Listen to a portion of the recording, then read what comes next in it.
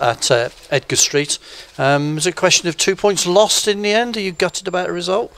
Yeah, I think, when you're leading with the 89th minute, 1-0, then yeah, it does feel like a loss.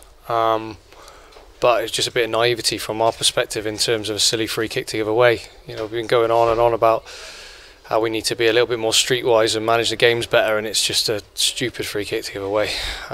So yeah, really disappointed. I just watched it back, kind of hits Danny and just falls to their lad, and obviously 1-1, and yeah, feels like 2 points lost. But it's really good, hard working performance today.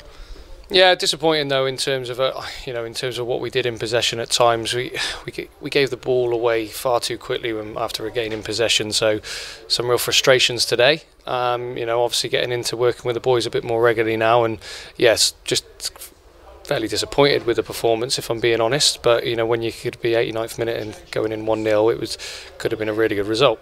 How pleased were you that James Roberts got his first goal for Hereford today? I'm really pleased. He works his socks off, and he is cute. He does give us so much energy up there and quality, and yeah, really pleased for James. As I think he's been a live wire since he's come in, and yeah, he took it really well. So the defence seemed to keep it shaped really well. That must be an encouraging sign for you, that back three.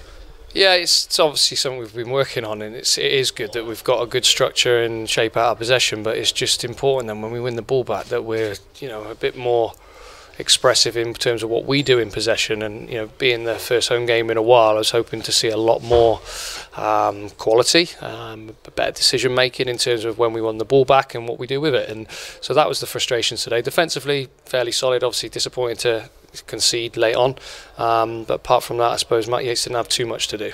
How much is there a fear factor, do you think, a little bit, that players are not quite as free maybe as they could? I hope there's not that. That's definitely not the environment we want to engender here 100%. So I want them to go and express themselves. I'm giving them license to go and do that in possession, but it's just important that they know their roles and responsibility out of possession. So yeah, from our perspective, that's definitely not the sort of culture we want to create. We want to see exciting, expressive football, and fingers crossed we will get it right. It's just taking a little bit more time at the moment. 2 more home games to come, sides below Hereford in the table. Puts a little bit of pressure on you at all? I think it's 3 points is 3 points, isn't it? So yeah, we're playing 2 teams in and around us, but it's still very early in the season, and let's hope that the boys can train Tuesday, train Thursday, and we can get as prepared as we can be leading into the FC United game on Saturday.